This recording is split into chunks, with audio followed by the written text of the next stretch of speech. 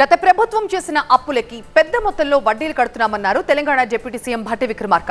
రుణమాఫీ అమలుకు కట్టుబడి ఉన్నామని, హైదరాబాద్ అభివృద్ధిని గత ప్రభుత్వం విస్మరించిందని ఆరోపించారు.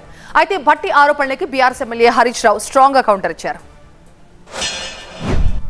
మా ప్రభుత్వం తీసుకున్న రుణాల కన్నా 7,774 కోట్ల రూపాయలు ఎక్కువగా రుణాలు ఈ కొద్ది నెలల్లోనే చెల్లించడం ద్వారా మా చిత్తశుద్ధి అర్థమవుతుంది. నెలకి 7,000 కోట్లు మిత్తి కడుతున్నాం అన్నారా లేదా?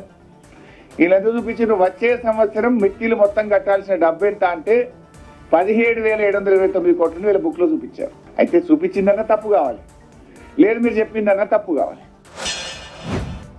తీవ్ర వేసవ కాలంలో కూడా రోజుకి 24 గంటలు నిరంతరాయంగా విద్యుత్తుని అందించాం.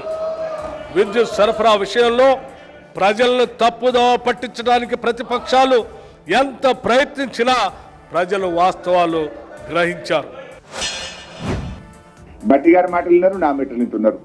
24 గంటలు వచ్చిందా లేదా? ఇన్వర్టర్లు, కన్వర్టర్లు, జనరేటర్లు మళ్ళీ ఇళ్ల పన్ను వచ్చినాయా లేవా? మంత్రుల సమావేశాలు ఎన్నిసార్లు కరెంట్ పోతే మీరే ఫోటోలు వేసిండ్రు, మీరే టీవీలలో చూపించిండ్రు. చీకట్ల క్యాండిల్ పెట్టుకొని మంత్రులు రివ్యూలు చేస్తున్నారు. తీవ్ర ఆర్థిక సంక్షోభంలో అధికారం అందుకున్న మేము తగిన ప్రణాళికతో, పొదుపుతో ఇచ్చిన మాట ప్రకారం 2 లక్షల రూపాయల రుణమాఫీకి అవసరమైన 31,000 కోట్ల రూపాయలను సమీకరించుకుంటున్నాం. మరి 15,470 కోట్లు బడ్జెట్లో కేటాయించి ఏకకాలంలో రుణమాఫీ ఎట్లా చేస్తారు? అంటే వాయిదా వేస్తారా, లేదు ఇంకెక్కడి నుంచి అన్న తెస్తారా? బడ్జెట్లో చూపకుండా ఆడికెళ్ళి తెస్తారు.